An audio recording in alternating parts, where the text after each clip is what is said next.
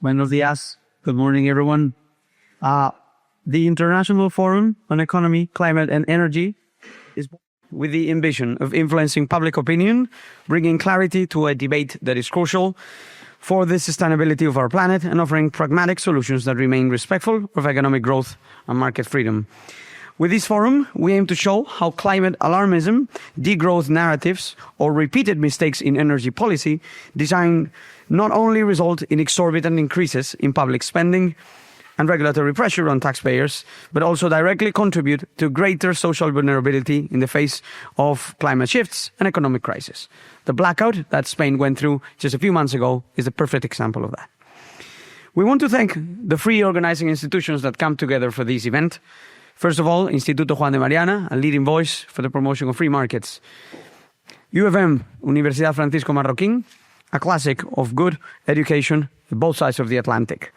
And of course, Universidad Las Hespérides, a new and innovative center for higher education.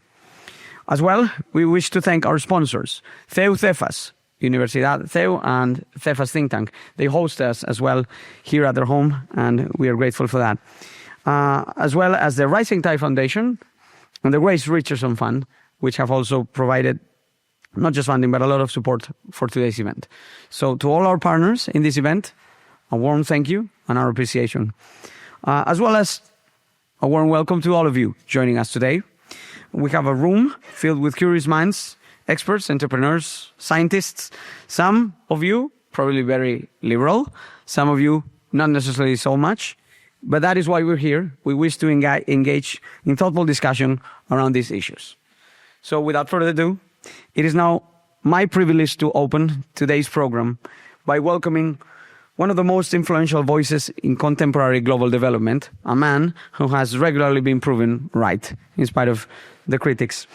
We begin with our keynote, therefore, which will be delivered in English as some parts of our program. We will also have Spanish-speaking panels, for which I recall there will be translation services, as you know. But now we begin, as I said, with our keynote, which is titled Beyond Carbon, Human Development as the Real Challenge. Our speaker today is Bjorn Lomborg, a researcher and director of the Copenhagen Consensus Center. Mr. Lomborg has challenged the traditional approach to climate policy, and he has done so through rigorous evidence, prioritization, and a much welcome cost-benefit analysis that is often lacking in our policy decisions. His work invites us to broaden the conversation, recognizing that reducing emissions is a goal that must always coexist with other urgent challenges such as improving health, education, and above all, economic and social well-being. This opening address is a unique opportunity to engage with ideas that inspire better policy decisions and shape solutions with real global impact. So please join me in giving a warm round of applause to our first guest of the morning, Mr. Bjorn Lomborg. Bienvenido. Welcome. Hi. Thank you so much. What I would like to talk to you about is really two things. I'd like to talk to you about how we think about climate change and how we do better on climate change. But also, and crucially, and that's also part of the conversation in this, human development as the real challenge, is in some way, and I'm really hoping this one works. No? Well, yes, I saw it, but it didn't do it when I was clicking, which is what worries me a little bit. Anyway, so what is the point of climate policy? And I think you may notice that this is also a little bit what Bill Gates came out and said not very long ago. But it's funny, right? Because we think of the point of climate policy is to cut carbon emissions, it's to make grand gestures, it's possibly to reduce the temperature in 100 years. But surely, what is the point of climate policy, or what's the point of any policy? As Bill Gates pointed out, it should be to improve human welfare. Now, there are also other things, and we can get into that. Obviously, there's a whole natural world as well. I'm not going to talk about that, but I think many of these points that I'll make today carries right into that argument. So fundamentally, I'm just going to go with the human welfare. We've forgotten that in climate policy. We talk about emission targets, we talk about temperature targets. We rarely talk about what is actually going to be the input or the impact for human welfare. And I think that's why we need to get this back into the climate conversation. So that's going to be the second part of my conversation. But before we get there, we really have to dispel this idea that climate change is the end of the world. Because if you think climate change is the end of the world, obviously nothing else matters. I don't know if you remember back when we thought there were 12 years left. There's always a very short number of years or days or something left for climate before it just becomes unbearable. But back then we thought there were 12 years left. And AOC very correctly said, we're going to die in 12 years and you worry about how we're going to fund it? Obviously, if climate change is a meteor hurtling towards Earth, and we're all going to die in 12 years, nothing else matters. And this is not just hyperbole, because there's a new OECD survey, but we've seen this in many different places, that says in rich countries, 60% of all people believe that without strong climate mitigation, it's likely or very likely that climate change will lead to the end of mankind. If you think that, then obviously all the other focus on climate policy follows. And so what we have to do before we engage people and say, well, don't you actually want to do something good for human welfare? We got to get the meteor hurtling towards Earth idea away from people. This is not a meteor hurtling towards Earth that means we should just throw everything else away and just focus on getting Bruce Willis up there and do something about it, right? Sorry, that's a metaphor that only works for old people like me. But in reality, it's an other problem. It's one of the many problems we need to fix in the 21st century. And I'm going to show you some of the data that I think is crucial if we're going to convince people that's what's actually happening. So look, global warming is real. It's man-made, but it's often vastly exaggerated. And that's the conversation that we need to say, yes, there is a real problem here, but it's not the end of the world. How do we do that? Well, some data, and I'm just going to show you a few, and I know that Michael and John will probably show you others, and I would love to have a conversation about more things. I'm going to speak for a little hour, and then we have about 30 minutes for Q&A. So we'll have plenty of time to talk about it. Please feel free to bring up other things, right?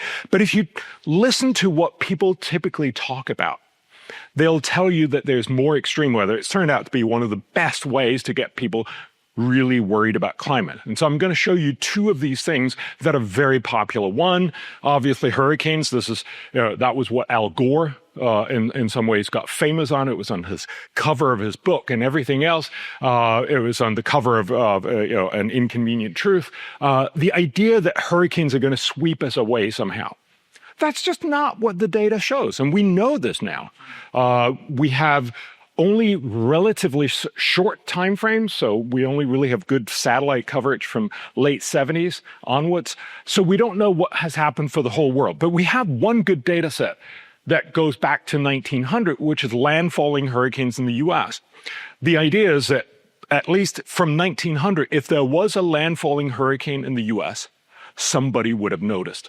Remember, there are lots of other hurricanes, especially out to sea, that we never have seen. We know that when the Panama Canal opened, because that meant that a lot of ships didn't go into the middle of the Atlantic, and suddenly there were much fewer noticed hurricanes in the middle of the Atlantic. Of course, that has nothing to do with there not being hurricanes. It's just that we don't measure them. So how do we find a good measure? Well, one way is to look at landfalling hurricanes. If you look at the U.S. continental landfalling hurricanes since 1900, now we have 125 years of coverage. You should just notice that, as you may have noticed, there was none in 2025. That's why it looks just empty there in 2025. But fundamentally, we have not seen an increasing number of hurricanes landfalling in the U.S. Actually, it's probably slightly declining. And also, we've not seen an increase in the strong, so the ones that are category 3 or above. This is a strong indicator that we're not seeing this end of the world. Now, there are good arguments why we believe that climate change will eventually lead to probably fewer but stronger hurricanes. Fewer is better, stronger is worse. Overall, it's likely that stronger is worse than fewer is better. So we will see a problem. That's why climate change is a problem, but it's not the end of the world. And again, if we look at one good measure for all of the energy, global hurricane energy or global cyclone energy in the satellite era from 1980, again, not an increase. If anything, a slight decrease. And there's always the big problem. The 80s was a very weak period, and that's when satellites came on board. So typically, we actually tend to see an increase, which is probably not real, but that's not even what we see in the accumulated cyclone energy. The point here is there is no reason to believe that this is out of the ordinary, that this is the end of the world coming. There is a problem, theoretically mostly for now, but we will probably see worse hurricanes, that is stronger hurricanes, not more, but stronger hurricanes by the end of the century. So there is a problem. Of course, we'll get back to then saying, is dealing with climate policy one of the best ways to improve human welfare? That's just one of the arguments. Hurricanes, I'm also going to show you one other thing. Wildfire, everybody talks about wildfire. It's also, why is it that we hear so much bad news? It's obviously because this is incredibly clickable. This picture, you want to click on it, right? You want to see what happened. And that's, of course, why it's in every newspaper around the world whenever there's something that burns. But what you never hear is a reporter, I'm out here and reporting and there's no fire, right? That doesn't make for a good story. So you only see the stuff when it is burning, and that's not very informative. Again, that's why I would argue that we constantly need to look at the total data. And I'm clicking. So, all right, this, yes, but again, I think all right. Well, let's just see if this works. Otherwise, we'll just have to do the battery. So if you look at how much has burnt in since 1900, we have pretty good evidence of how much the world used to burn. So in percent of land area of the world, this is because all climate models need this as input because it's a big part of what both comes from CO2 emissions and what comes from particulate emissions. So they've done this for a long time. This is one historical reconstruction. So obviously this is not truth because we don't know this, but this is what we believe has happened over the last century. So we've actually seen a decline in global fire, which is not very surprising when you think about it, because what do people not like? They don't want, stuff to burn. So we've actually and effectively managed to make the world burn less. One part of this is agriculture. If you have something that you're going to sell, you want to make sure it doesn't burn. So we've seen a decline from about 4.2% now down to about a little over 3% by the turn of the century. Again, this is just a historical reconstruction, so we don't know this. But since the late 1990s, we've had NASA satellites circling the Earth 24/7, essentially mapping all major fires. So we know how much the world has burned.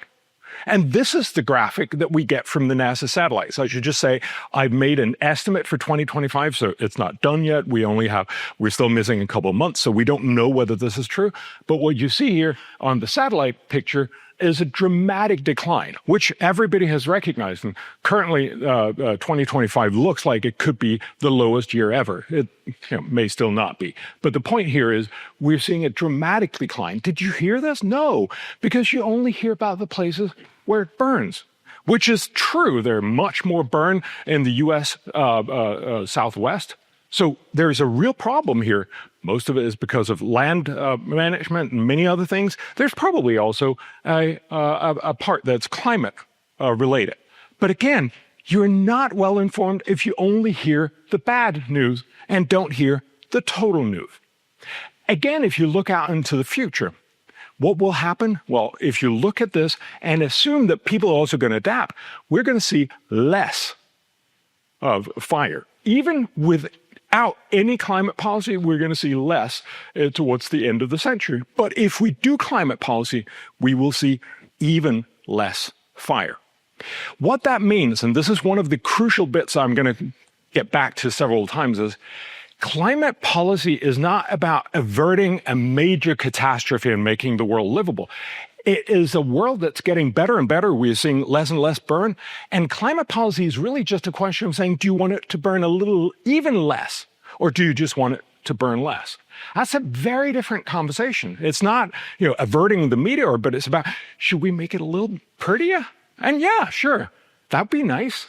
But it's not the only thing, of course, we should be focused on. And then we can start having a conversation. Are there other things we could do better? I just gave you two examples. I think these are very, very common that we hear about hurricanes, we hear about wildfire, of course, we hear about floods and many other things, and they show the same kind of pattern. You hear a lot more, not actually seeing a lot more in the data.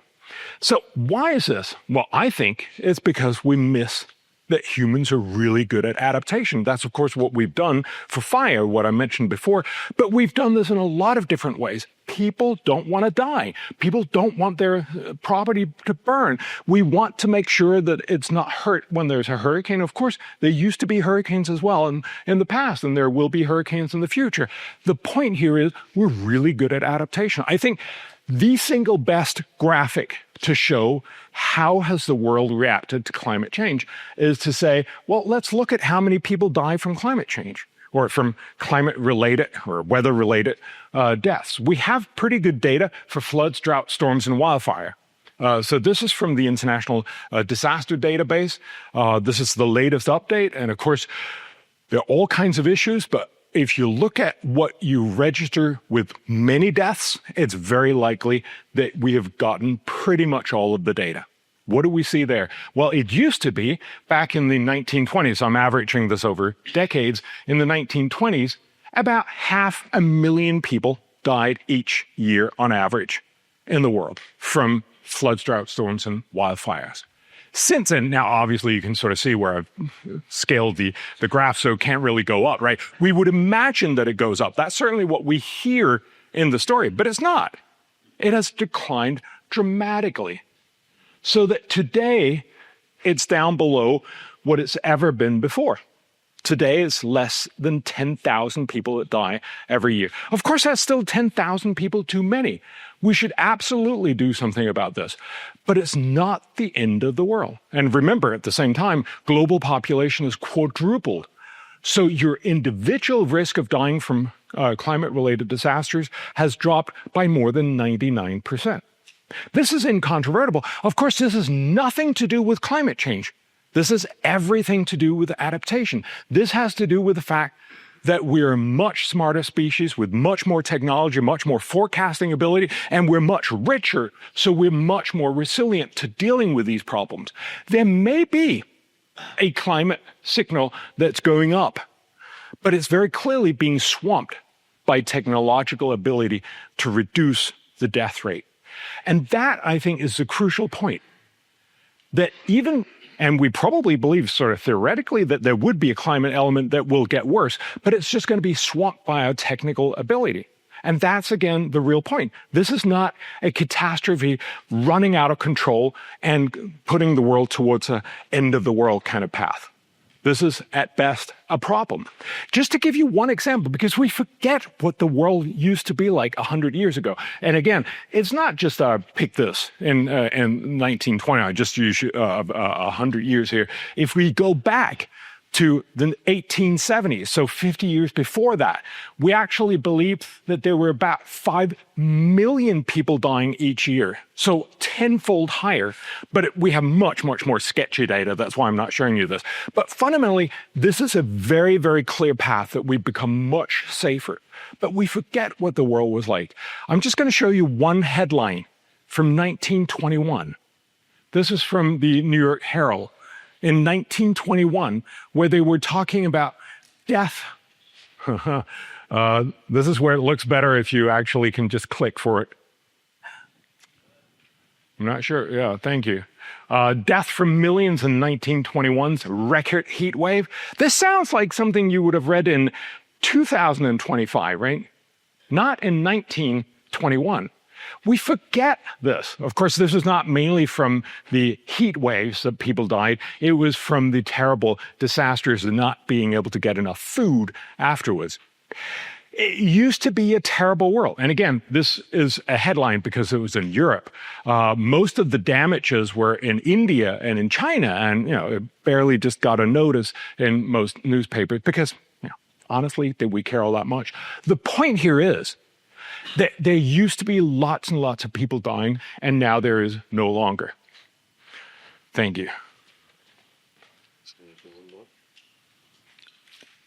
All right, so I'm just going to extemporize. Have you actually read this whole article? It's really cool. No. But what this shows us is we need to get back to telling people, and of course, especially young people, that this is not just a young people problem. It's everyone who thinks this is the end of the world. I have one of those clickers as well, if that's helpful.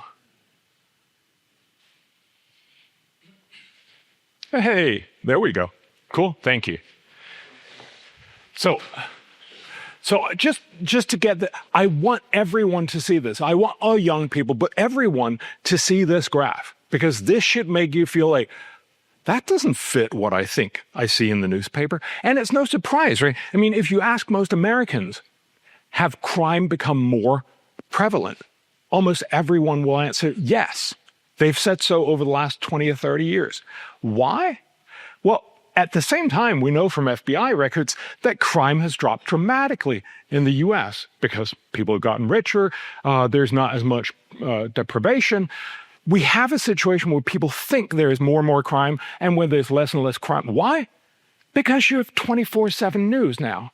You get constantly, there's enough crime to fill 24/7, so you see this all the time, but it doesn't mean that there's more and more crime. And you're badly influenced if you think that there's more and more crime. Also, of course, remember, there's a lot of people who have interest in telling you there's more and more crime. Obviously, politicians get voted in by being strong on crime. And likewise, there's a lot of people who make money off of, for instance, building prisons. So the point here is there's lots of interest in getting you to believe that there's more and more crime. But that's not actually, if we ignore the last couple of years, that's not what you see. It's the same thing here in climate. You will hear about all these catastrophes, but you really need to constantly put this to people and say, but overall, there's actually fewer and fewer people dying from climate-related disasters. That's worth noticing.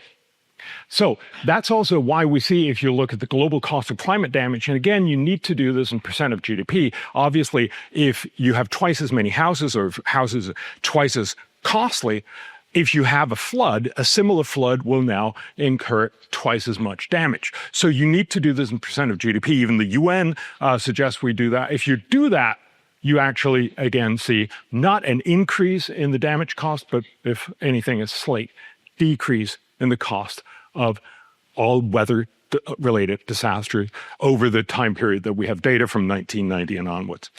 So again, we get the sense that this is the end of the world. It's just not well carried out in the data. So if I can get to this, climate change is not the end of the world. It's a problem. And then I'm going to say something that's, this is one of the reasons why I'm losing or not winning as much. I know that you like to say I am, but you know, fundamentally, this is a harder argument. It's a very, very easy argument to say, the sort of Al Gore, Greta Thunberg, this is the end of the world. But it's much harder to say, it's a problem. And what it means is not that things are going to go towards the end of the world, but that things get better, but slightly slower. Let me show you what I mean. Take a look, for instance, at malaria. Malaria used to be an incredible problem at the turn of last century. It used to kill lots and lots of people. Many parts of India was just unsurvivable in 1900, we estimate. This is what we think it looked like for malaria. The global mortality rate per 100,000 used to be sky high. And since then, we've seen a decline. And we're likely to see a further decline into the indefinite future. This is to a large part because malaria is a disease of poverty. If you're poor, you get malaria, you die from malaria. If you're rich, you typically don't get malaria, but even if you get malaria, you buy a medication and you're fine. This is why we've seen a dramatic decline. And this is then what World Health Organization tried to estimate.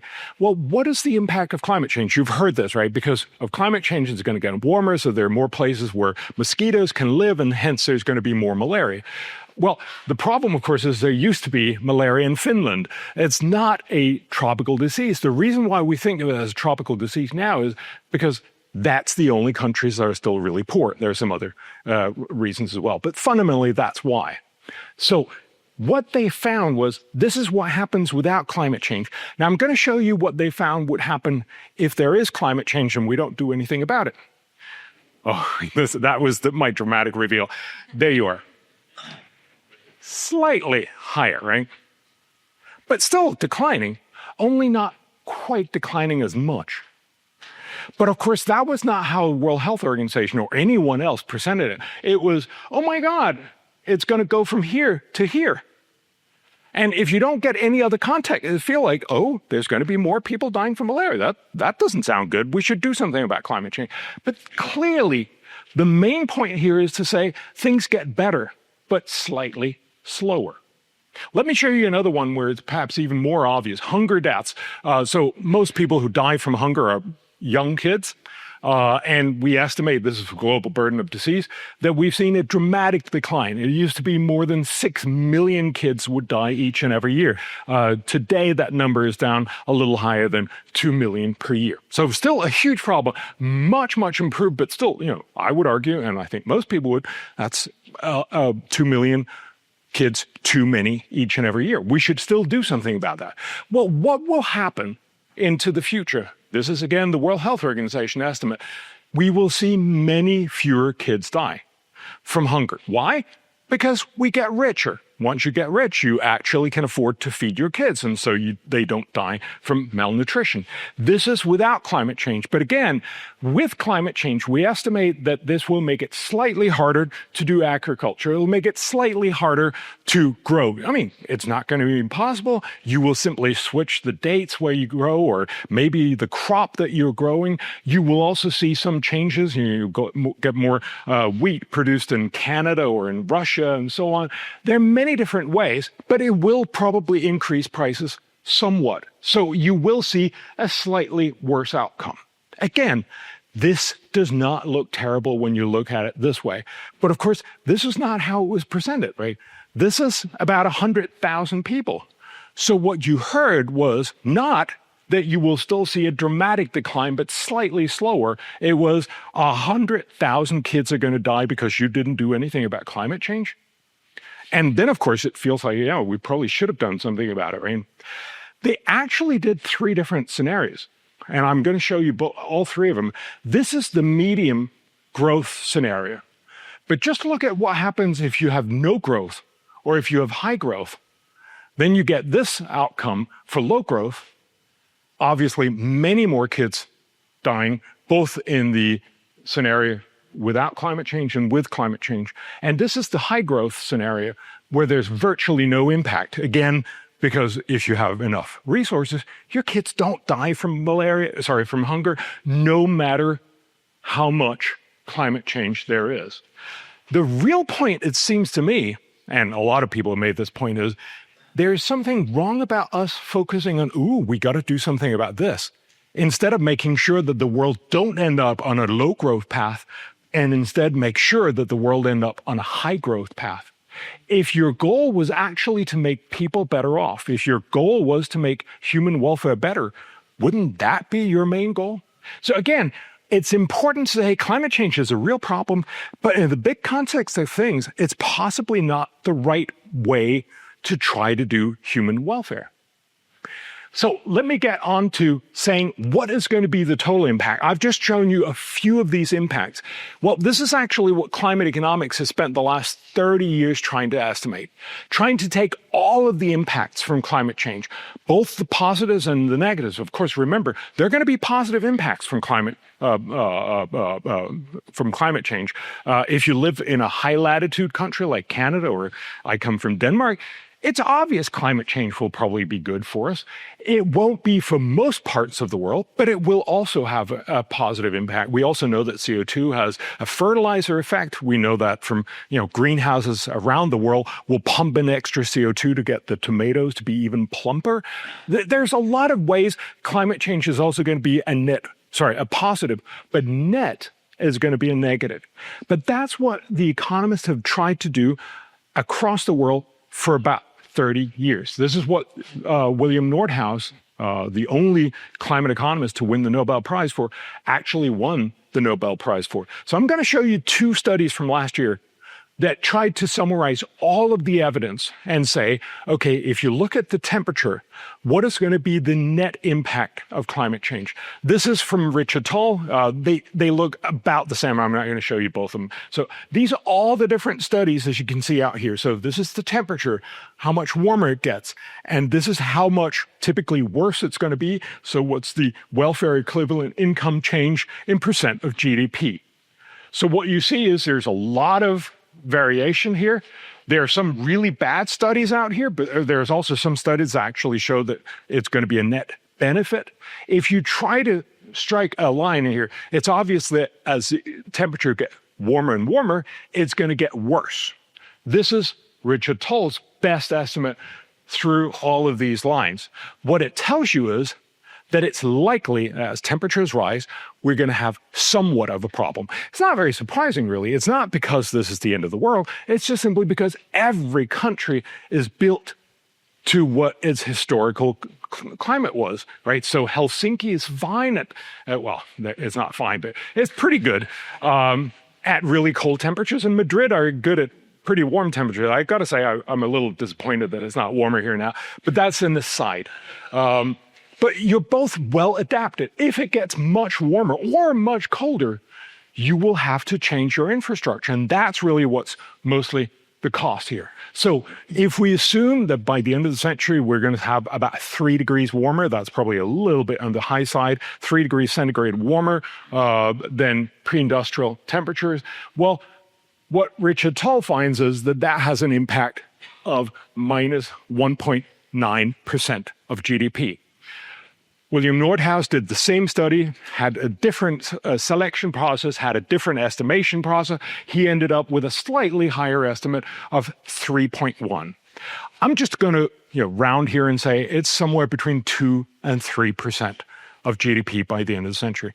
Remember, because we're going to be much, much richer, that's a lot of trillions of dollars. So it's a real cost, and it's a significant cost.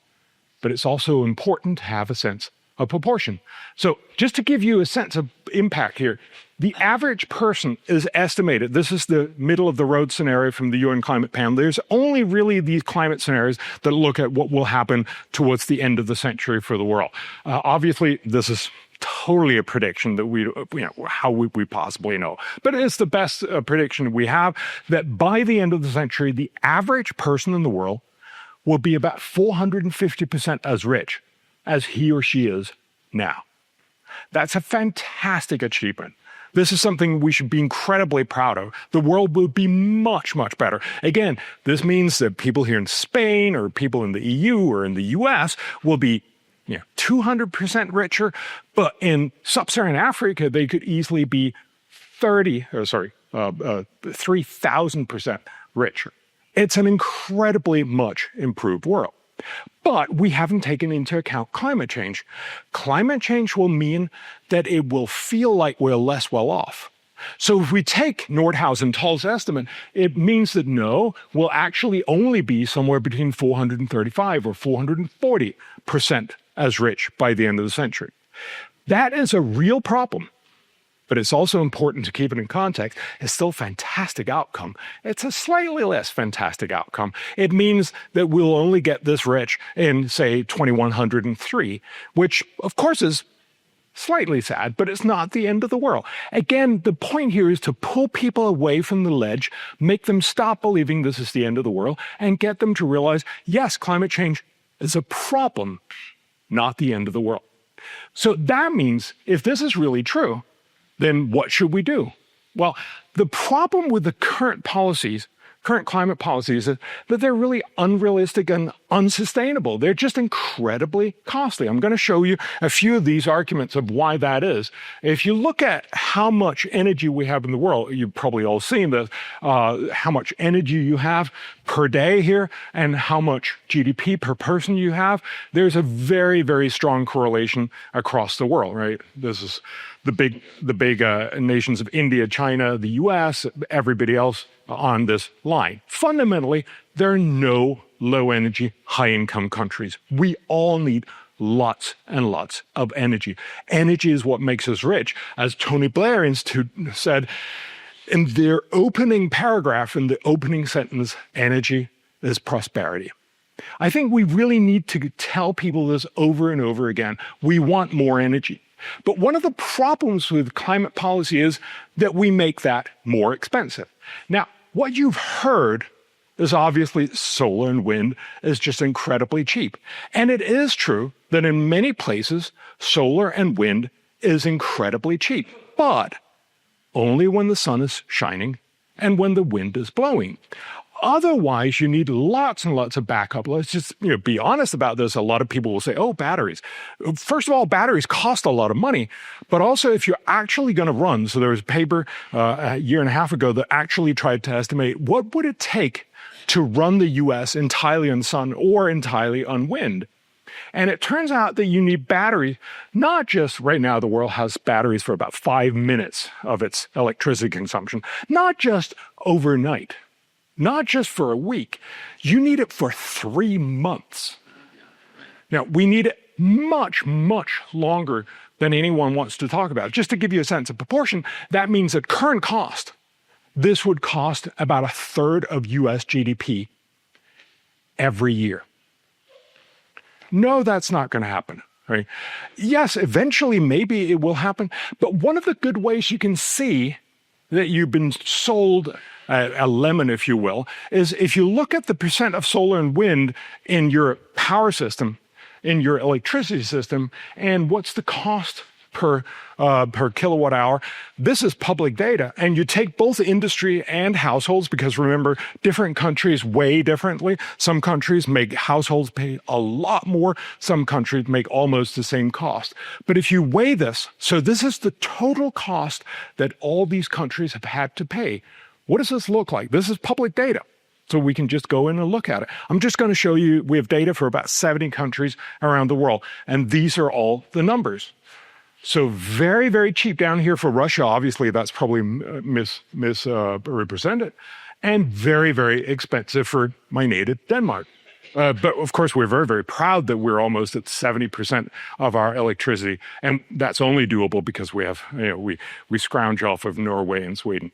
But fundamentally, what you see here is that there's a clear correlation. If you have virtually no solar and wind, you have fairly cheap cost. If you have lots of solar and wind, you have much higher cost. But crucially, and I think this is the takeaway, there are no cheap green electricity countries. We don't have any example of that. This is just the data. And that's why we really have to understand that, sure, you can get some solar and wind, but the more solar and wind you get, you're probably going to have higher costs. There's a lot of other conversations to be had around this, and I would love to also engage in those. But let me just move on for now and say, currently we think that we can just, we can fix climate change and it's actually going to be incredibly cheap. No, it's not. It's going to be really hard. We're not on track to do this, and it's going to be very, very costly. So just to give you a sense of proportion, what has happened with US and EU energy prices, again, this is the average this is the weighted average of industry and households. In the EU, it's almost doubled. In the US, we've seen almost no change. Again, part of this is also because the U.S. don't put on the costs in their so this is borne over the taxes, where in the EU, I think more reasonably, you actually have to pay for your climate policies. But this is fundamentally why trying to do, and remember, EU is nowhere near their climate goals. And again, also remember, power is the one that we talk about, but power is only about 20% of total emissions. This is a very small part that we're talking about, and that's turning out to be really costly. Then there's the 80% that we really don't know how to do and that we haven't really started on. Obviously, part of this can be done by moving people onto electricity, and we'll probably see more of that. But it's a really hard and very costly enterprise. Also, if you look at the global share of fossil fuels, well, it's not like the world is transitioning off fossil fuels. We've seen a slight decline from 87% down to 82%.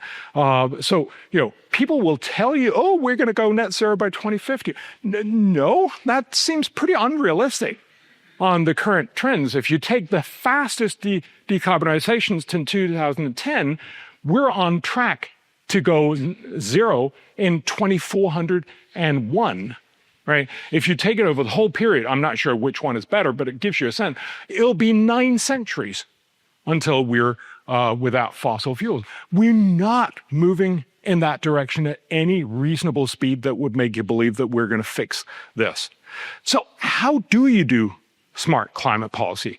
Well, the fundamental point, and the thing that Nordhaus got his Nobel Prize for in climate economics, was to say, sure, climate means costly damages. This is what everyone knows. This is what we're constantly being portrayed in the press. We're being over-portrayed. We're getting the sense that this is an ever-escalating point. It's not, which is what I've shown you before. But yes, there are real costs to climate. But, and this is the point that he made, there are also real costs to climate policy. If we do climate policy, it also means we'll end up paying more for all the things that make life worth living. So obviously, from an economist's point of view, you should somehow balance the two. It actually turns out because you have to pay both. You both have to pay for the cost of the climate damage, and you have to pay for the cost of climate policy damage. You should minimize the sum of these two. That's essentially what he got the Nobel Prize for. Very few people have done this. This is because it doesn't lead to the right outcome. It doesn't lead to what you want to say, namely that we should go net zero. Isn't it surprising that net zero is in many ways the thing that all global elites have been arguing for the last 5-10 years? And there's not one single public official estimate of what's the cost and the benefit. You may have noticed that McKinsey a couple of years ago tried to make an estimate of how much it would cost to go net zero. Their estimate was it was about $5.5 trillion per year for the next half century. But this was only the actual cost of changing over. Of course, there's a lot of knock-on effects. Most economists will show that the main cost is not just the actual cost of paying out for subsidies for solar and wind and so on, and changing all the cars to electric cars and so on. There's also a huge deadweight loss, so essentially a growth loss, because you will grow less. You won't grow zero, but you will grow less because of higher energy costs, and that's the real cost. If you try to measure that, how much is net zero going to cost us, and how much is the benefit of this? Well, it turns out that at Yale, so Nordhaus at Yale, there's also another very well-known climate economist, Mendelsohn? I'm forgetting his first name. And he assembled a lot of economists in climate change economics to do an estimate of what's the cost and what's the benefit of net zero. It's the first period published estimate of the cost and benefits of net zero. Unfortunately, most economists chickened out. So at the end of the day, only 2 papers actually did a cost and a benefit estimate. So we have 1 benefit estimate and 3 cost estimates. This is not great. I would have loved to have had many more, but this is what we have in the world. So what's the benefit of going net zero? Well, their estimate was the best estimate. This is averaged out over the 21st century. This is an undiscounted, which actually make my argument worse, but it's, it makes it a lot less it doesn't feel as weird. So if you just do the average across the 21st century in, I think it's 2024 dollars, you get that there's a real benefit of climate policy. If we go net zero, the annual benefit will be $4.5 trillion per year. So we will do real good for the world. That's important to say. That's why climate change is a real problem. If we went net zero, we would do the world a benefit on the climate impacts. But of course, we also have to look at what's going to be the cost. And they did that as well. This is the average of the 3 estimates that they did of what will be the annual cost. Again, averaged, undiscounted across the 21st century. And this is the estimate. It will be much, much larger at about $27 trillion a year. So that would be about a quarter of global GDP today, but because it's over the century and we're going to be much, much richer, it's about 7% of global GDP across the century.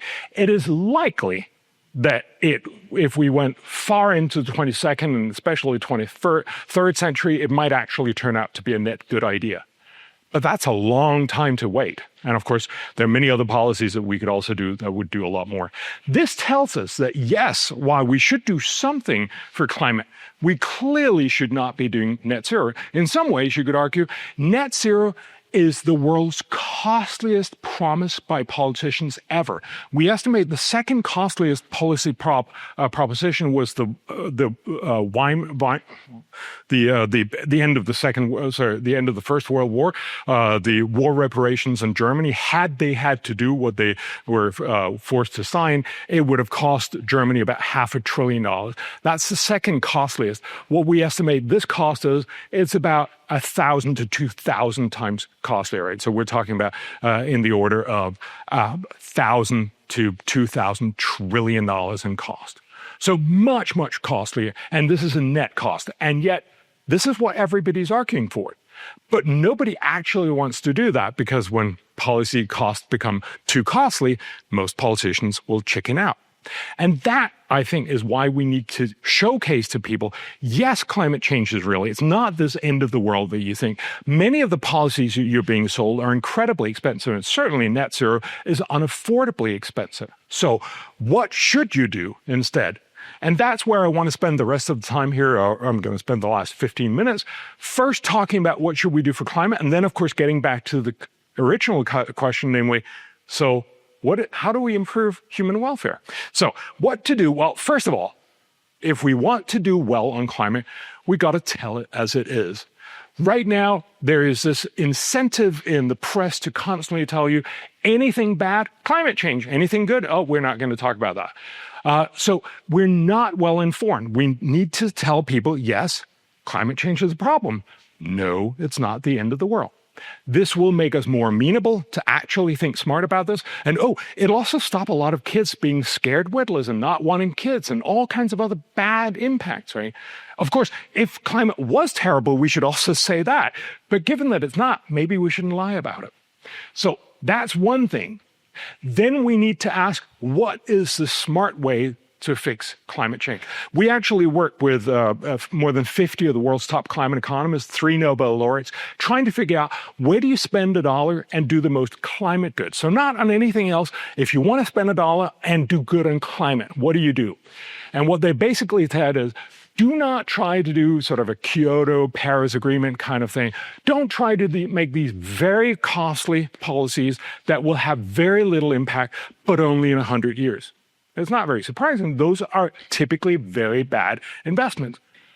What you need to do, if you want to get everyone to transition to not emitting CO2, you should make the technology much cheaper. Remember, that's how we've solved all other problems in the world. Back in the 1960s and 70s, when we thought the world was heading towards big hunger catastrophes, India, we're screwed, and all this other ideas, the point was not to say, I'm sorry, could all of you guys just eat a little less and then we're going to send it to India? That would never work. It's never going to work to tell everyone, could you please do with less? Yet that's what we do with climate policy, right? Our climate policy is please don't drive as much. Please don't fly. Please eat less meat. Or do all these things. And of course, it's not going to succeed in the long run. What does work is technological innovation. So in the case of India and the whole conversation about not having enough food was the green revolution. A little confusing, but it was green as in agriculture green, right? We innovated much, much higher yielding varieties that basically meant we could suddenly feed most of the world. We can actually feed much more than the world. And we have a situation where India, which we thought was a basket case back in 1970, is now the world's leading rice exporter. There's still a lot of problems. India overuses their agrofiles and all kinds of other things. But fundamentally, we solved it with technology. You don't solve it by telling everyone, can you do with less? You solve it by getting technology to do everything more. And that's what we should be doing on climate as well. So what we found, all these eminent climate economists, was the only really strong, high-impact solution was to do much more R&D into low-carbon energy. Fundamentally, if we can innovate green energy, and let me just give you an example. This could be fourth-generation nuclear, the small modular reactors. I mean, there's a lot of reasons why that may not work, but imagine if small nuclear reactors were just much cheaper than anything else we had. We'd be done. Everyone would buy them. Not because they were green, but simply because they were cheaper. That's how you fix a problem. And so we should be doing this in all kinds of different ways. And obviously, if we can get fusion to work, that would be much better than anything else. Again, we're probably much further away from that. But the fundamental point here is if we can get technology to work, we'll fix this. This happens to be about 20 times cheaper than current climate policies and much, much cheaper than net zero policies. And the whole idea is to say, instead of trying to cut a little bit in rich countries right now, it's about making everyone want to cut a lot in the next 20, 40 years. That actually works. That has a pretty high benefit cost ratio. We estimate it to about 11. So for every dollar spent, you'll actually avoid $11 of climate damage in the long run by investing in technology that'll eventually make it so that everyone will switch. So don't do what we're doing right now, subsidize inefficient solutions like tens of thousands of wind turbines right now. Invest it in green energy R&D so that everyone will eventually switch, not just rich, well-meaning people in Spain and elsewhere, but everyone, including China, India, and Africa. And then, of course, we should adapt. A lot of people don't look at this, but we know that adaptation is, that sucks. Anyway, adaptation can avoid a large part of the climate problem. We know that these things happen. But, and this is the last bit of my conversation, for most people on this planet, this is just not the main issue, right? Remember what happens to most people on this planet. They live in poverty, they live in hunger with bad education and disease. Their concern is not primarily to cut temperatures a little bit in 100 years. It's that their kids should, it'd be nice if their kids could survive through the night. So we really need to get a sense of proportion. I want to show you something that I helped do. Be Smart and Human Welfare. I helped write together with 14 teams of economists how much have global problems cost. So we tried to make an estimate of how much have global problems cost from 1900 until 2050. So obviously a prediction as well. This is very, very complicated, and it's a definite undercount. But it gives you a sense of proportion what happens in the 20th and 21st century. So this is what we did. We tried to estimate what was the cost of the problem in percent of GDP at the year that this happened. So this was how much you lost out on. And as you can see, almost all, so air pollution, education, gender inequality, health, nutrition, trade and conflicts are a little less obvious. And you can see the huge cost in First and Second World War in the conflict bits. But what you generally see is a dramatic decline over the 20th century and likely up to 2050, because we've fixed a lot of the world's big problems. This is great. This is definitely an undercount. They should probably be much higher, but it's very, very hard to do this right. But to give you a sense of proportion, this is climate impact, again, estimated by William Nordhaus. So this is the net cost of climate at a reasonable policy estimate. This is the cost of climate change over the 21st century. Yes, it's a problem. No, it's not the main part of the problem in the 21st century. And this is where we need to pull people back and say, you've heard all this stuff. For all the reasons that I made, it's not the end of the world with hurricanes or with wildfire. And it's likely that we're going to be much better at handling much of this. And many of the solutions that are being offered are incredibly expensive. And it is not a terribly big problem. It is a problem, but it's only one of many things we should be fixing in the 21st century. And that's why I think we really need to fix this. So this is the latest barometer of what do 39 countries in Africa think are their big problems: unemployment, management, the economy, health, water supply, infrastructure, education, crime and security, food shortages, electricity, and it goes on and on. All the official estimates only show up till here, so I actually have to run the numbers myself, but climate change comes in a healthy 31st of 34 issues in Africa. It's not surprising. If you live in sub-Saharan Africa, your main concern is that your kids don't have a good chance of surviving, that they don't get good education, that they don't get food, that there's no jobs, that there's not a growing economy, on and on. That's why I made this Twitter figure. I think this is pretty cool, right? These Africans that come to the Westerners and say, we're poor and hungry, and then the Westerners seem to often reply, again, this would have been much cooler if it just happened, but clearly not. No.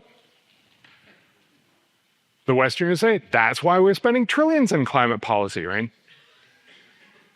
We're sort of like, yes, you must have it really hard. Let's make sure that in 100 years, we will cut temperatures a tiny bit for you.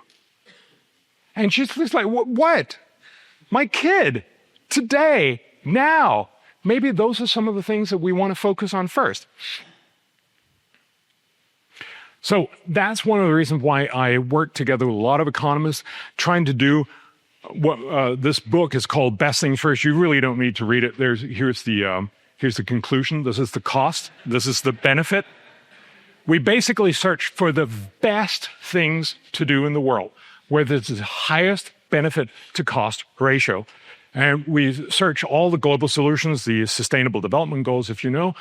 We work with hundreds of the world's top economists, several Nobel laureates, try to estimate all these targets and basically say, let's identify the ones, and we found 12, that has the property that for every dollar or for every euro spent, you will do at least 15 euros worth of good. So incredibly good. On average, it turned out that they do 52 euros worth of good for every euro spent. I'm just going to show you the net outcome of this. And I'm sorry, it's not in a perfectly sort of, this is kind of PowerPoint you shouldn't put up, but I'm going to do it anyway. This is the conclusion of the whole. These are all the different things that we found. These are the 12 things. Then we look at how many lives will they save. Some things save lives. What will be the economic benefits? Some things have mostly economic benefits. What will be the total cost? Remember, often there's also some non-financial costs. So for instance, if you want moms to go in and get their babies vaccinated, that's a really good thing. Yes, you have to pay for the doctors, you have to pay for the vaccines, but actually a significant part of the cost is that the moms have to take off time from work, typically their own business, and take a bus to this place. And that is real cost, but not cost that you have to incur. So we also wanted to take that away. And then we summarize the total thing. So in total, this will save about 4.2 million lives. All of this is per year.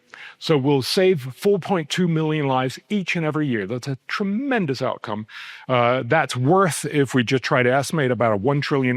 It'll also make the poor half of the world $1.1 trillion richer, which is a fantastic outcome. And the total cost will be 41 billion minus the 6 billion that we don't have to pay. So about $35 billion. So for $35 billion, I don't have $35 billion. I don't think any of you in here do. I mean, this is a lot of money. But in the big scheme of global economics, of course, this is a rounding error. For $35 billion, remember right now we spend about $2 trillion, so $2,000 billion a year on climate policy, and we want to get up to $5 or $10 trillion a year. So this would be a tiny fraction of that. We could do some of the best things in the world. We could save 4.2 million lives, and we can make the poor half of the world about $1.1 trillion better off. We estimate for every dollar spent, you'll do $52 worth of good. For every euro spent, you'll do 52 euros worth of good. Let me just, briefly give you a sense of three of these things. We talked about malaria before. Again, malaria still, and mostly it's 95% in sub-Saharan Africa. This is two reasons. They're poor, and it's also because they have a terrible mosquito that is just much, much more vicious. It's much harder to get rid of. So they're stuck with a pretty difficult problem. But this is not complicated. We know how to do that. It's essentially make sure you get insecticide-treated bed nets out to many more people. Now, not everyone wants to use them, but it's a great way to both reduce the infection rate, but also make sure that you kill the mosquitoes because they sit on these mosquito nets. And you don't even have to have everyone do it. If you just get many people to do it, you can possibly get rid of malaria. You can certainly dramatically reduce it. So we estimate for about $1.1 billion a year, you could reduce total global death rate is about 600,000. You could probably reduce this by 200,000. You can probably double this, but you can't get rid of all of it because it's just too difficult to do. But that would be an incredible investment. And you would, for every euro you spend, you do 48 euros worth of good. That's what that one line means. You'll also have some economic benefits, but they're much smaller. That's not the main benefit. The main benefit is that kids don't die. This is just a simple thing that we could do that would make incredible good right now. There's another thing, we talked about this before with the Green Revolution back in the 1960s and 70s. We've basically made sure the world didn't starve as we thought everyone was going to do because we made much higher productive capabilities of wheat, rice, corn, so on. The basic stuff. But most of this was focused on rich world production. We've actually not done so much in the poor world for sorghum and cassava and all these other things that they use, especially in sub-Saharan Africa. Why? Because there's no commercial interest in doing that. But it would be incredibly good. And we know that if you spend more money on research and development, you will get higher yield increases. Not terribly much, but over the years it'll stack up. We estimate this would dramatically improve over the next 30 years, improve production so you'd have much higher production.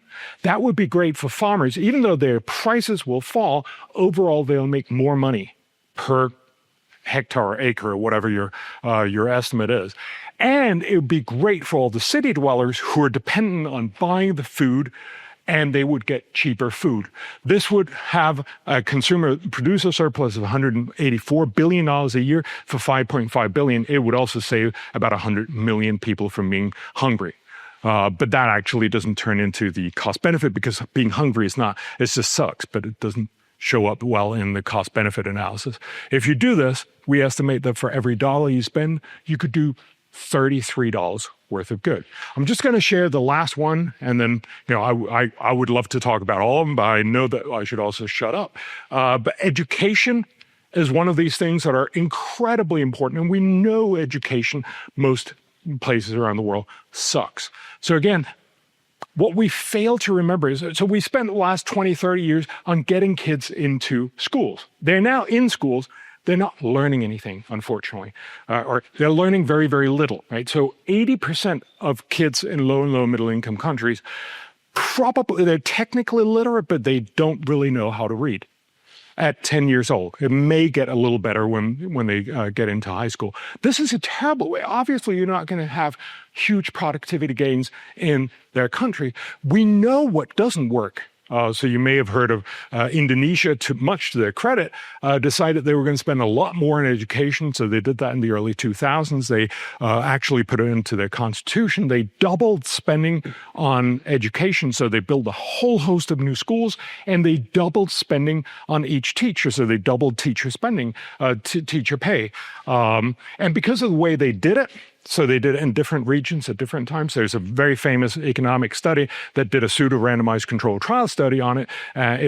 You should almost read it. It's called Double for Nothing. And it sort of gives away the whole point there.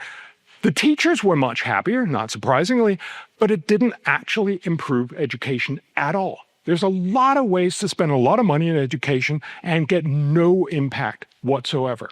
But we do know a few ways that you can dramatically improve education. One problem is if you have, so we work with Malawi, we have, you have 125 kids in a schoolroom in Malawi. How are you going to teach 125 kids? They're all over the place. Some of these kids are, have no clue what's going on. Some of these kids are really, really smart. You teach somewhere in the middle, and then you just leave the kids who are really smart and the kids who are totally lost, and they'll probably eventually leave school. That's not a very efficient outcome, but there is one way that you can teach everyone at their own level and at their own speed. And it's a technology answer. So it turns out Put kids in front of a tablet with educational software 1 hour a day. If you do that, these are small classes, so these are, like 1 to 4 grade. So it's basically about basic literacy, writing, basic mathematics. If you put them in front of a tablet with educational software, that 1 hour a day, the tablet will very quickly find out what exactly your level is and teach you at that level, and then teach you at your speed. That means all of the 125 kids in the classroom will learn at their optimal speed. They'll learn different things, but they will all learn much, much more. It turns out that this costs about $30 per kid per year on average, but the impact is such that they will become much more productive in their adult lives. We estimate their net benefit will be about $2,000 in present day money, so about $20,000 over their lifetime, but much of this is, decades down the line. $2,000 better off. It's simply a way to make schools 3 times more effective.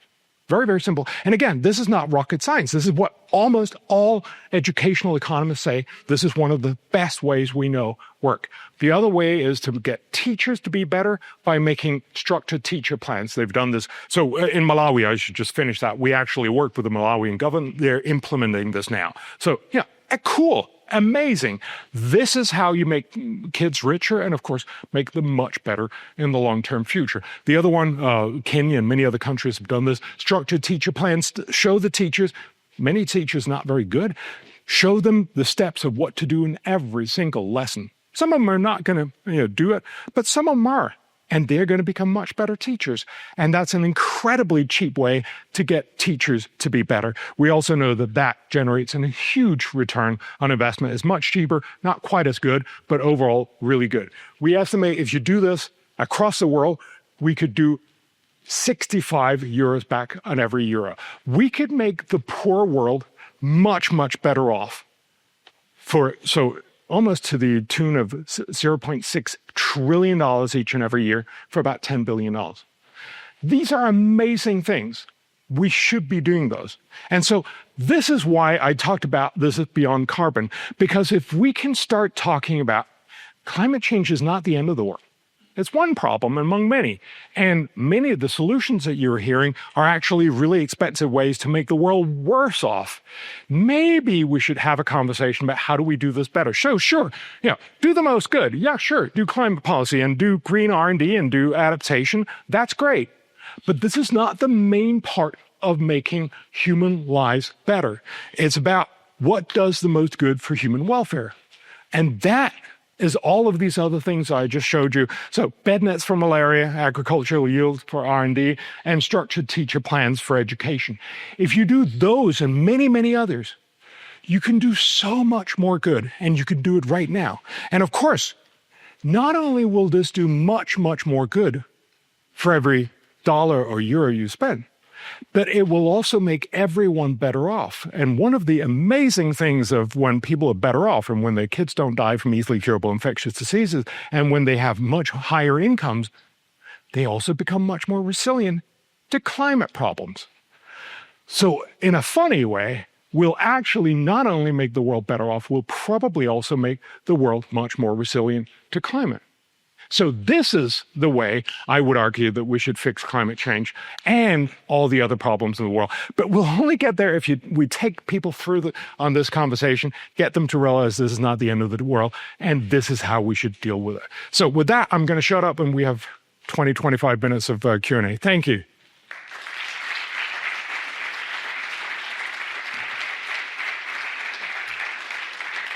Thank you, Juan. Thank you, John. We have time for some Q&A, so please raise your hands. Keep your questions extremely short so we can go through them. And we have a mic in the room. So, yes. So please pass it along to everyone with a mic. And I stress, please, quick questions, okay? So that we can cover a lot of ground. So, one question, 2 questions. One is going to be a time-delayed question, which you can answer at about 1:30. We're going to, raise the question about whether your solutions for climate change are the only solutions that some of the experts here in the room would recommend. And at that time, I'd like you to weigh in on what those answers are. It may include, for instance, free markets as a low-cost solution to climate change. But you're a free market Definitely. I'm very focused on free markets. My other question for you is your slide on costs. Did that include just the taxpayer costs, or did it include the private investment costs? Did it include the GDP impact per capita of lower growth? So I showed a lot of cost graphs. Which one are you talking about? Well, you show the cost of, what's the net benefit of climate change versus the total cost. Yes. Did it include things like carbon taxes and the ETS? So, and one thing that you didn't talk about at all was carbon taxes and the ETS, which are routinely, put forward by many economists as the top solution for climate change. So, in terms of costs, could you particularly talk about that and what you think of the carbon tax? Yes. So very briefly, this is basically running the world with and without climate policy. So it's a growth impact mostly, but there's also implicit in this a lot of other costs. Now, a tax per se is not a cost. A tax is a cost in the sense that it reduces, if it reduces, and probably does, both production and willingness to work and all kinds of other things. So it typically has an implicit cost. Now, there's nothing wrong with the cost because there's probably also a benefit. That's why, as you say, most economists will say a realistic carbon tax is actually a good thing. I would probably tend to agree with that. But the realistic carbon tax, I didn't have time to go into that. That's what Nordhaus has also said. We should have a tax on carbon, but it should be much, much lower than what is implicit in a net zero policy. And honestly, it's not the main part of the solution. That is going to be technology, and a tax only very indirectly helps doing that. Here. Yeah. I was talking to you before about, I totally agree with the the climate part, but the energy part, I think you talked about innovation and technology, but I missed a lot of the innovation and technology happening. Like you mentioned also Bill Gates, he's supporting small nuclear reactors, and the incredible innovation in solar energy, in batteries, and electric vehicles is amazing. And I think we need to move into those. And of course, you are not maybe the person to talk about the technology, but I think these are very important issues to reduce the footprint of carbon. Sure. Now I'm going to give away what you also talked about before, that's not your main point, but obviously that's one of the main selling points. Absolutely. Look, if solar and wind is cheaper, and it undoubtedly will be in some areas. So, if you look at California, the first 10% of solar will produce electricity exactly when you need air conditioning. That's smart. You should probably do that. That's great because it produces it in the middle of the day, but only when it's sunny, which is when it's really hot. And that's why you actually need it.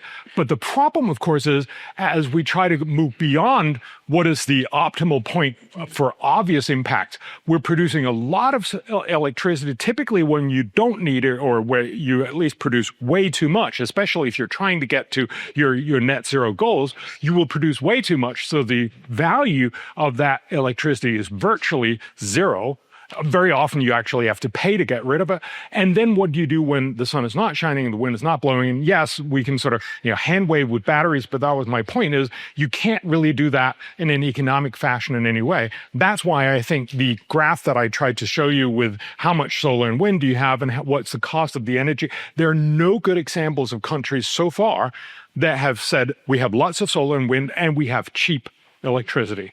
And that, I think, is the fundamental point. But absolutely, if solar and wind can do it on their own, there's a whole host of other conversation. I don't want to get into that right now. But obviously, right now, the system that we've had, and we've had, for instance, in Europe, is that because a lot of people built power plants, so typically coal-fired power plants, say 10 years ago, they expect they were going to get paid for this in the next 50 years. Then we just let solar and wind come in, so they run much, much less, and we've essentially hollowed out their price. That's an implicit subsidy to solar. Now, there's a climate benefit, but we are essentially hollowing out the rest of the energy economy, and that will not be sustainable, because what happens when you don't have these backup power stations anymore is that you have to do what Britain is doing now, namely paying capacity payments, a very, very high cost of having people stand by not producing electricity, but being willing to do so at fairly high cost when there's no solar and wind. But that's a whole different conversation. But yes, I appreciate your point, and I'm sure there's many other people who are going to make that point. Yes. Yeah, one of the most shocking things when I first read your book is realizing that with just 40 billions, we could save 4 million lives and make the poor people in the world really much richer, okay? But actually, we are spending 150 billions in pet food and 110 billions in cosmetics. Yep. Okay? So all your talk is 100% reasonable from a humanistic point of view. And this is my question to you. Everything is perfect, everything is okay, you're right. If your first assumption is correct, that public policy is for increasing the human welfare. But I can assure you that there are millions of people in the world that they don't agree with you, okay? That they think that what we should do is increase the welfare of the ecosystem, nature, and everything. How do you fight back this argument? Because I think it's the key point on this discussion. So, yes, and that was, I actually dodged that at the beginning, so thank you for asking that question. There's obviously another goal. We also want to make sure that we have a good living planet. You know, most people like the idea that there are whales out there, even if they've never seen them. We like penguins in the Antarctic, even if most of us have never seen them. We like the idea of there being a huge Amazonian rainforest, although it sucks for, you know, a lot of people in Brazil who would like to cut it down and make money off of doing soybeans there. There are real issues that we would like to pay for, and I think that's fine.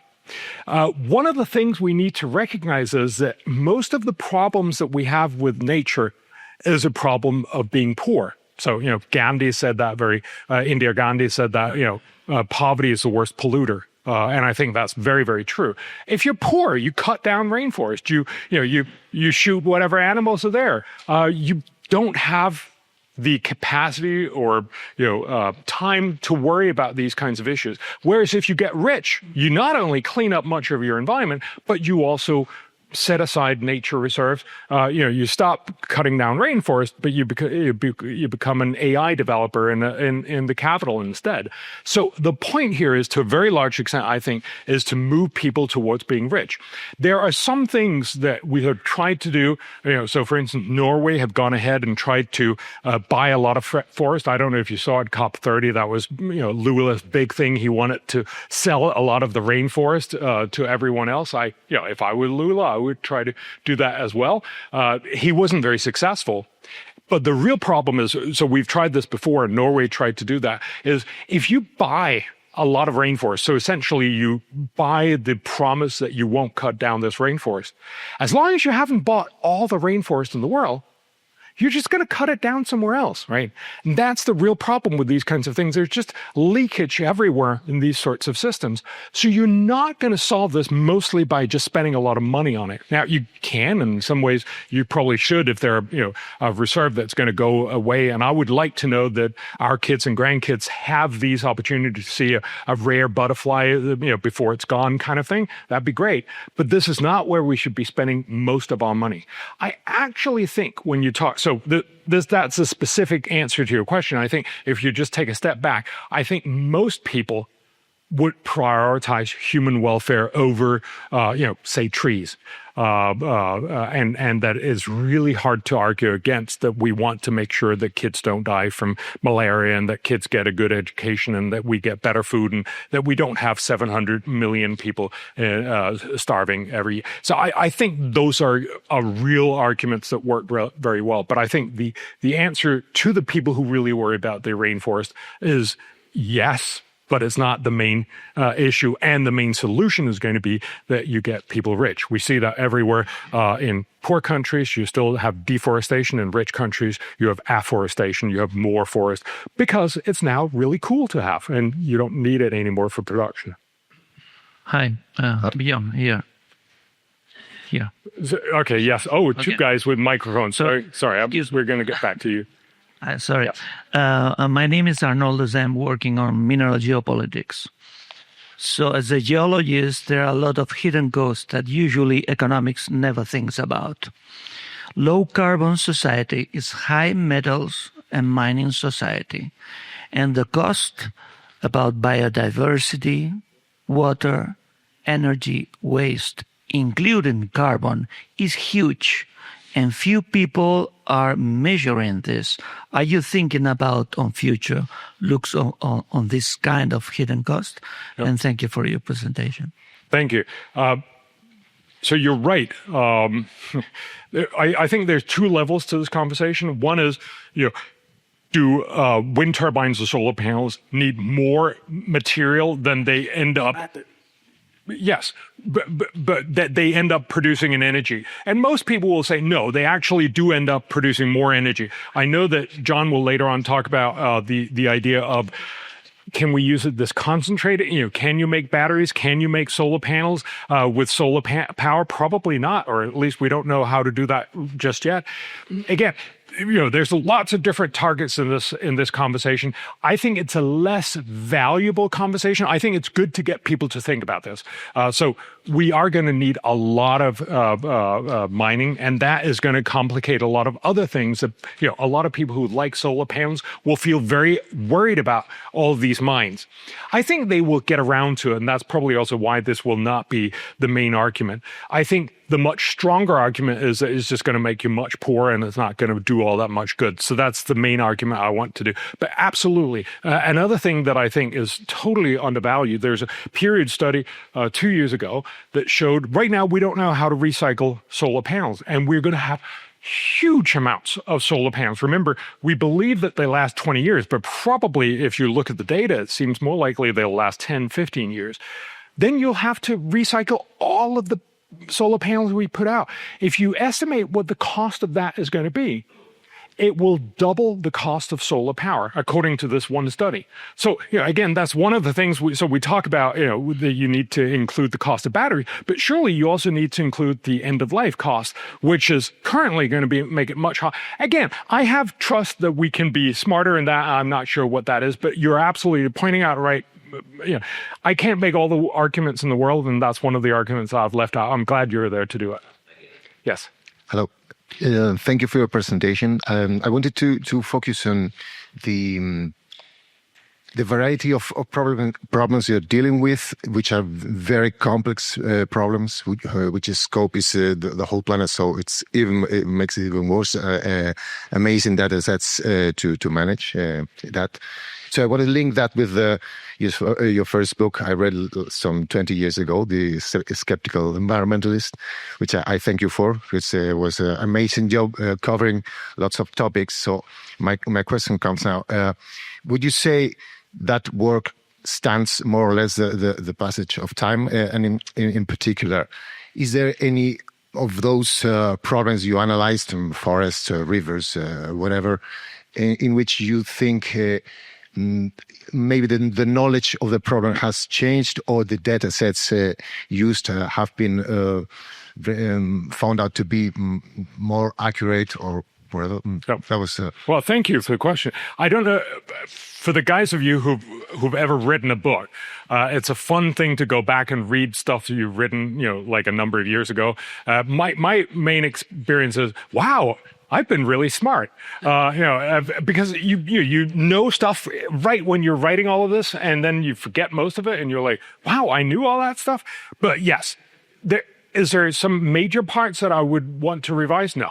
I think it's held up remarkably well. I mean, obviously you wouldn't want to use it anymore because we have 24 years more data, and a lot of this would obviously, be even more important. But fundamentally, no. On all the major trajectories. So the main point of the book was basically most things are getting better in the world. They've still done that. We've seen a dramatic decline in most costs of raw materials, of food. We've seen a dramatic increase in environmental regulations. So we have less air pollution, we have less water pollution, especially in rich countries. And we've seen that extend out to many other places. China is a great example of how it used to be incredibly polluted, and now it's much less polluted. One of the great story. China has also lifted almost 1 billion people out of poverty. There's a lot of great. Sorry, I have to tell this story. It's only marginally related to your point, but I told you about how we often don't get our sense of what the world looks like, right? But one of the incredible untold stories is that over the last 25 years, we've gone from about 25% of the world's population being in poverty to less than 10%. This is a fantastic achievement. So if you do that in numbers, it turns out that every day for the last 25 years, 138,000 people have left poverty, extreme poverty, every day for the last 25 years. Every day, that should have been the headline in every paper in the world, right? Yet, if you ask most people, they think poverty has increased, right? Because we hear a lot about poverty. We never hear about poverty being not eradicated, but dramatically diminished. So, that was one of the other points that I made in the book. I think if you look at the climate policy, that was essentially the argument of saying we need to compare costs and benefits, and we don't do that. We should do something, but not very much on climate, and that still stands. So, no, I'm very proud of it. I've wanted to update it. I've never gotten around to it. I think, there are other things to, other targets to, other fish to fry, as they say. Yes. Blanca Parga, Technical University of Madrid. Yeah, it's a question concerning malaria. I would like to distinguish between environmental policies and climate change policies. Would you please tell me in your data what is the influence of environmental policy after Silent Spring from Rachel Carson and DDT was forbidden during 30 years? Yes. So there's a whole conversation about the idea that if you go to the end of World War II, there was still a lot of malaria in Europe, for instance, in Italy. And American troops, actually, there's these wonderful pictures where they just got people, through a bath of DDT. And, to us, it feels like, oh my God, what were they doing? But DDT is pretty much harmless to people.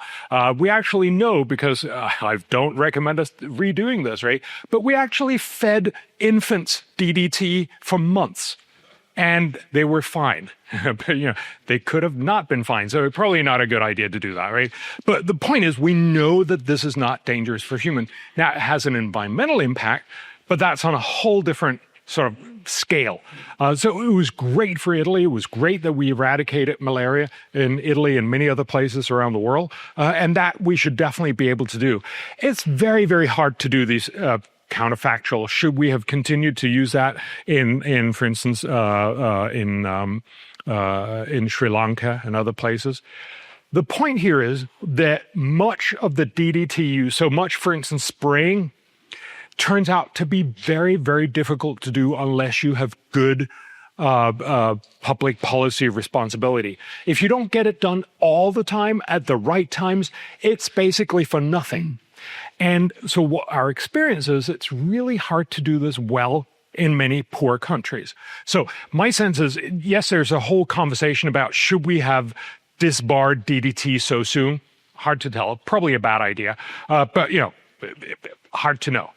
But right now, it turns out that it's not about, reopening the availability of DDT, because it's much, much more effective as a policy that can actually be implemented and much less vulnerable to corruption to get people to use insecticide-treated bed nets. Now, should they be treated with DDT? Probably not doable today. I think it's a little bit, it's just, we're past that conversation. You can have cheap insecticides.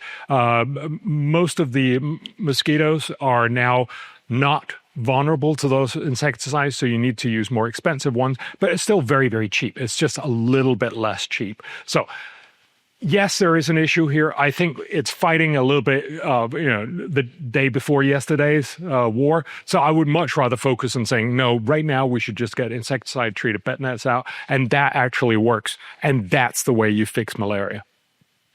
Thanks. I think last one. Hi, thank you. Turning toward the future about technology, how do you think the leading tech solutions will play out for like industry versus residential, or even from a regional perspective, since so much of the developing world still has so much room to grow? So, Bjorn, what do you think is going to happen on the technological front for everything in the future? Is that what you're asking me? I don't know. I mean, I honestly, the point that I try to make is that we know that, this is sort of the standard economic argument. There's a severe underinvestment in R&D in pretty much all areas because there's a huge public benefit. That is, we all benefit from investment in R&D on all kinds of areas.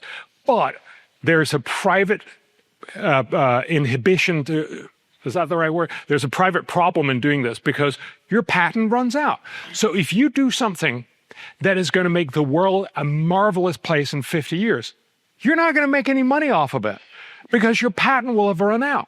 And that's why you need public investment. That's why we have public universities. That's why we have lots of doctors and people getting Nobels in medicine, because they're investigating the stuff that eventually will be the stuff that pharmaceutical companies and others will make billions off of. And that's great, and we should have that market economy, but there's an underinvestment in what is good for humanity because the social benefit is much higher than we can capitalize on private patents. We do this in medicine, but we don't do that nearly as much in energy. In energy, we're so a little bit like, hey, you guys run and you do whatever you want. Maybe it would be a good idea to actually spend more money on inventing a lot of the things that are going to power the future. So my point is much more, let's spend money on all of these things. It's much, much cheaper. We're talking orders of magnitude cheaper than what we're spending in climate policy. It also has the benefit of making everyone think, so we are doing something for climate, but we're doing something smart. And it has a lot of other benefits. I mean, if you get a lot of cheap energy, you'll make the world better in a lot of other ways, right? Remember, again, energy is prosperity. So there was a wonderful, I don't know if back in 1987, I want to say that sounds wrong. No, yes. Well, I can't remember. Do you guys remember cold fusion? Yes. When was that? Yeah. It was a long time ago. Anyway, the idea was that two guys came out and said, we found cold fusion, which basically means cheap energy without any pollution for everyone in the world. How cool was that? Turned out to be wrong. But 6 months, the world actually believed this could possibly be the case. So Los Angeles Times went to a lot of environmentalists and said, well, let's assume that we have cheap energy that's totally clean. How cool is that? And they were all like, no. And Paul Ehrlich was famously quoted for saying, even green bulldozers can, run down the whole Amazon. Right. So the idea was they didn't want this. And I think there's a lot of this, there's a whole sort of sociological implication of that. There's a lot of wishful thinking of we want to go back to the way things were in the old times, and new times are not really good. And, I'm old, I get that point. But, fundamentally, that is what innovation is going to do. If we spend this across a wide range of areas, some of them are going to come through, and those are the ones that are going to power the 21st century. I don't know what they are. If I knew, I'd be a lot richer. But that's the whole point. We know that if we invest a lot more, we're going to fulfill a lot of the social potential that is not going to be achieved through private investment because of the run out of patents. Thank you, Bjorn. I know. Thank you. Please stay here. Please stay here with me. Thank you. Thank you all. Thank you. It's always a pleasure to get the chance to listen to you, and we thank you for being in this event today with us.